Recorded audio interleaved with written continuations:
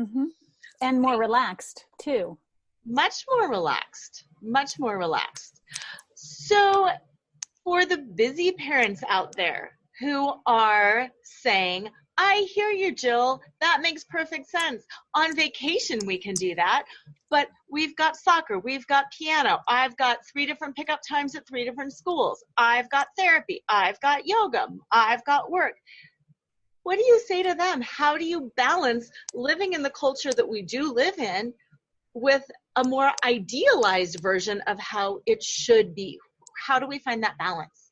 Yeah, that's a really good question, and I'm not sure I actually have a rock solid answer. But oftentimes, when parents come to me, they're coming to me because they need help, and they're either coming and making a personal appointment with me face to face, or they're coaching with me virtually, or they're coming to my website and looking at my books, my programs.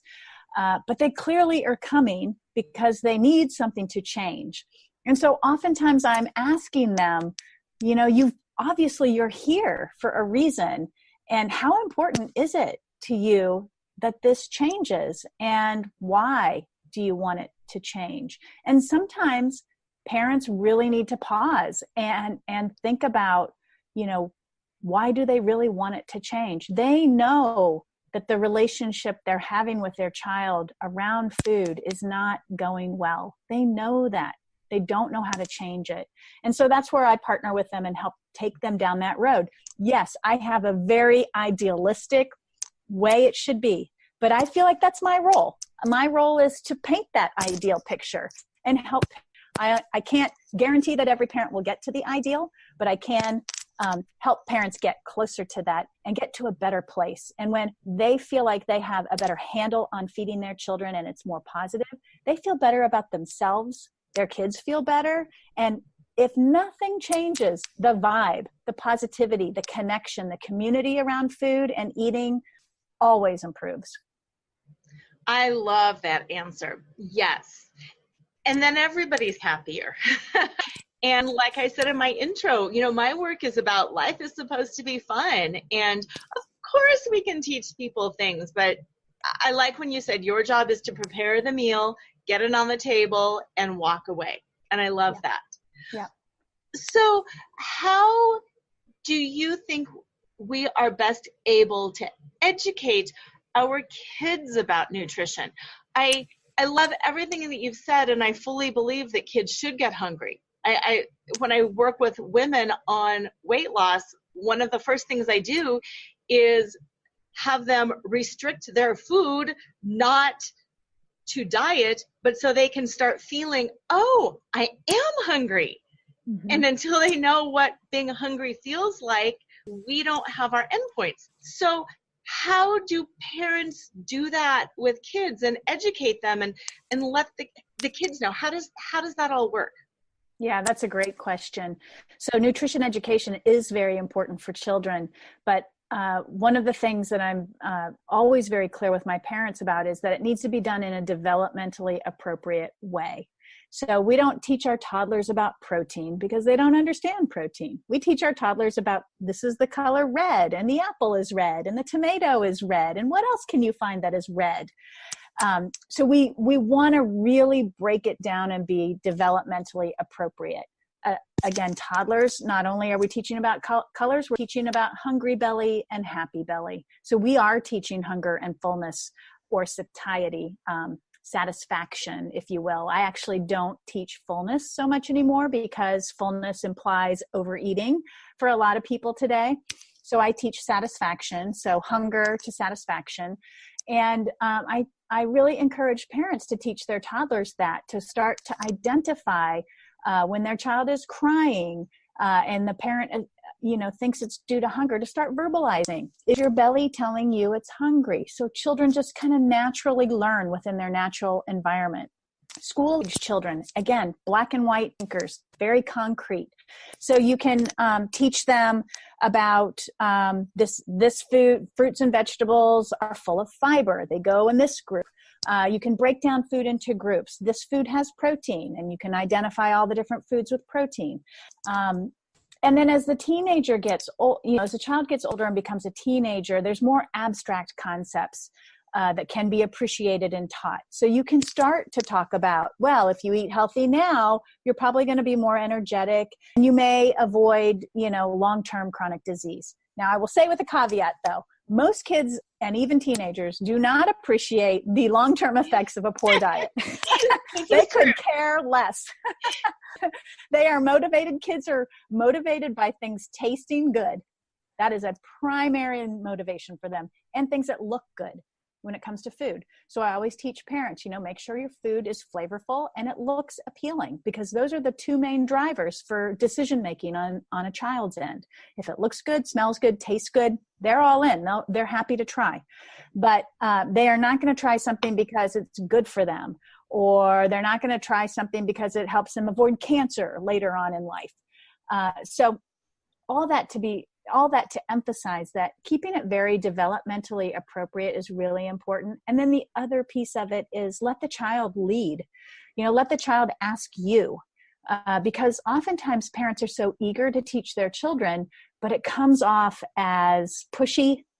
It comes off as nagging, and children really bristle to that. A lot of them do. And a lot of kids who are seeking autonomy, and that's one of the drivers through childhood, is to become increasingly autonomous.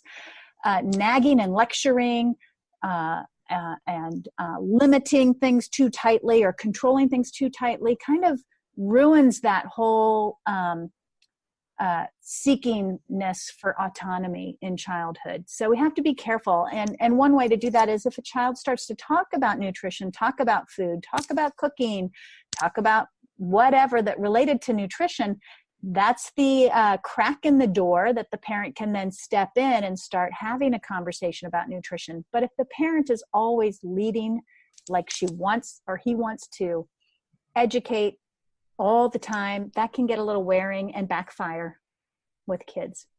That makes sense. That totally makes sense, because I can understand how things would naturally come up in the conversation, or how kids might hear things. And I like that. But that also presupposes that the parents have a little bit more knowledge than maybe some of the parents have. So for any listeners out there who are thinking, that sounds great, but where do I learn more about this? Where do you suggest parents go, either beforehand or in response to questions that are coming up right now in their lives? Yeah.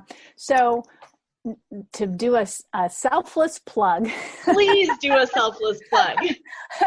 I and my co-author, Marianne Jacobson, we both wrote a book back in 2013 called Fearless Feeding: How to Raise Healthy Eaters from High Chair to High School. And we wrote it because we knew there was no resource out there for parents that covered nutrition in childhood from birth through adolescence. And there was no feeding guide for parents from birth through adolescence. And then we wrapped in the developmental and temperament aspect as well. So that book is out there. And actually this week we have the second edition releasing. And so it's all updated. It's the 2019 version of all the references. It has over 350 references. It's scientifically based, but it's extremely practical because I'm a really practical person, and so is my co-author. And we know that that's what parents need. So if you have a baby who's 6 months old, there's an entire infant chapter that goes through what to feed, how to do it, and why your baby is going to respond in certain ways around food and eating. And we take you through toddler and preschoolerhood, and a whole section on that, school age and adolescence. And we covered the most common things from constipation to eating disorders to sports nutrition. Normal nutrition is the backbone of the book, but we have a lot of information on the typical day-to-day challenges that parents face when feeding children. Love that. Do you cover allergies as well, or do you find that allergies is something that a lot of kids have? We do cover allergies.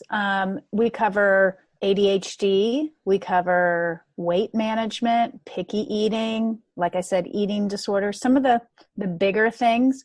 There are certainly other books out there that are great resources for food allergies. Scott Sitcherer has a book out there on food allergies, and he's a pediatric endocrinologist who specializes in food allergies. So we do have, resources and references within that book for parents who want to take a deeper dive in a particular subject. But Fearless Feeding is kind of covers the whole gamut of childhood, in depth enough to get a parent started. But if they needed more in a specific area, we have the resources there for that as well. Perfect. So talk a little bit, if you would, about the difference between childhood nutrition and adult nutrition.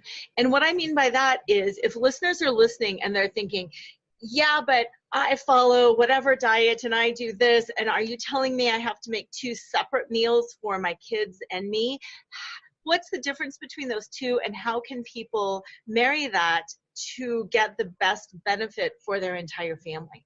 Yeah, that's a great question. So childhood nutrition is really focused on nutrients and food and feeding that promotes the growth of a child, the normal growth and development. And so inherently, the big difference between children and adults aren't growing anymore.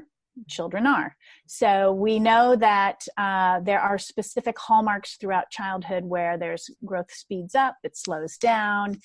Infancy is a very fast rate of growth. Babies eat whatever you feed them for the most part.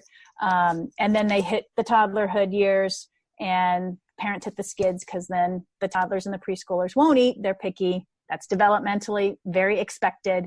And we hit the school age years, and they kind of just steady Eddie growing through the school age years. And then they hit teenager years, another growth spurt where their appetite is really big. They're growing quite a clip. So growth is sort of the big differentiator between childhood and adult. Like I said before, children have many of the same types of conditions in terms of chronic illnesses that that adults have. So if you have a child with food allergies, you're going to want to treat the food allergies, usually by avoidance of the food that's causing the problem, but you still want to maintain growth. And what happens sometimes with adults who are following, say they don't eat any carbs, or they follow paleo or whatever, and I have no, philosophy. I meet parents where they're at. I don't want to say anything negative about any person's diet preferences. However, what I will say as it applies to children, because their minds are still developing, because their food preferences are still developing, and because their relationship with food is still developing, we have to be careful as parents about imposing dietary restrictions on them that aren't necessary for them. So again, if a child has a food allergy, there's going to be a natural dietary restriction there, right? But if a child doesn't have a food allergy, there's really no reason to restrict food. And if a parent is doing that, they just need to be very conscious of the relationship they're cultivating with that child with food. I love that. It's a challenging area because your other part of the question was, how can parents follow their dietary practices and feed their children? And how can you do it all in the same meal? And you can do it.